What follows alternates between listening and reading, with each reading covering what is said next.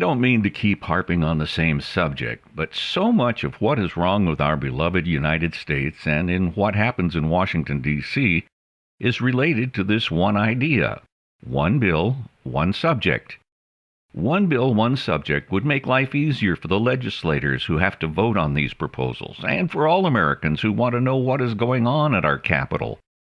The transportation bill, for example, should only be about transportation, not have things tacked onto it like term limits for legislators or pay raises for government employees. The same kind of thing happens at the end of every year when it comes time to vote for the budget for the next year. The Democrats drag their feet in getting anything together or in approving anything brought to them by the Republicans. So, all of a sudden, it is panic time. So, they put together a temporary budget to keep the government from having to shut down at the end of the year. A budget for the first 3 months of the next year. And they load it with all the things that people who pay them under the table want funded, whether it has anything to do with keeping the government running or not. And every year we hear the same thing from Democrat leaders. They say, the Republicans are going to shut down the government if they don't vote for this bill. You won't get your Social Security check. Government offices will close, etc.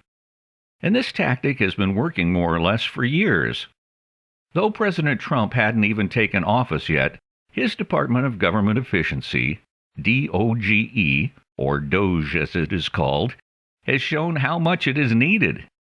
D.O.G.E is headed by Elon Musk and Vivek Ramaswamy. When Republican legislators showed them this temporary budget for 2025, they actually read it all and couldn't believe all the unnecessary things in it.